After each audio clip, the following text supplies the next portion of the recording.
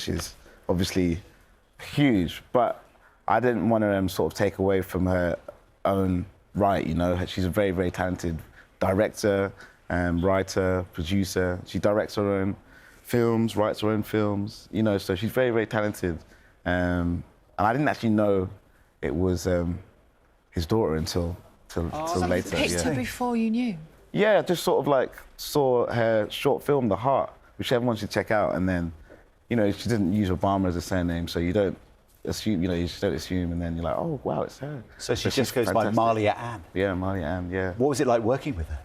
Amazing, amazing. Sort of did a couple of Zooms, talked about the music, we have similar influences, and I just loved her work, so I sort of just was like, I would like you to do your thing. I don't want to get in the way too much, because what you do naturally is fantastic.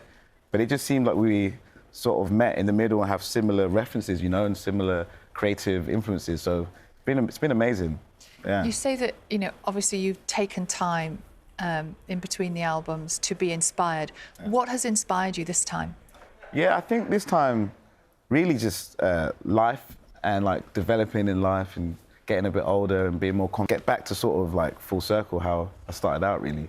Yeah. So that's because you say you feel perhaps more confident now. Yeah. How's that come about? I think I've been lucky, you know, so really good tours and really good like moments in my career, but definitely the Mercury Prize in 2020 was pretty amazing. Yes. That was like mind-blowing. And it's an award that focuses on art and music and at the you know, the form of the album. It's not based on sales or fame or celebrity, and it was something that I'm really inspired by, and the fact that they chose my album to sort of win the whole thing was crazy, and sort of showed me that actually I should start to sort of trust in my own writing and ability and just be myself. So that was pretty amazing. Really? Yeah. So till that point, were you doubting yourself a bit?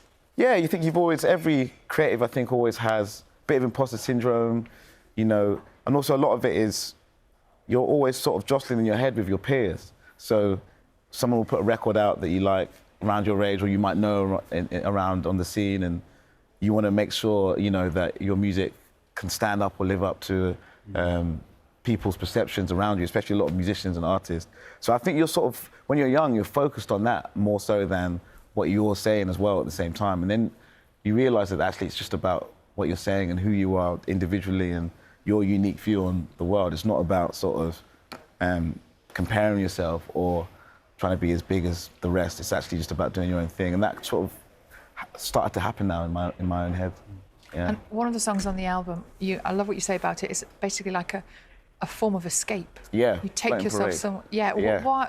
How do you do that? Yeah. Well, for me, it's just like a technique. I don't know if there's like... One of your highlights from the last few months, I imagine, was Glastonbury. Yeah.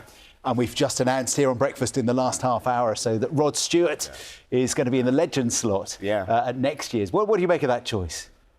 I think that's a great... I mean, he's a legend. Rod Stewart is a legend of British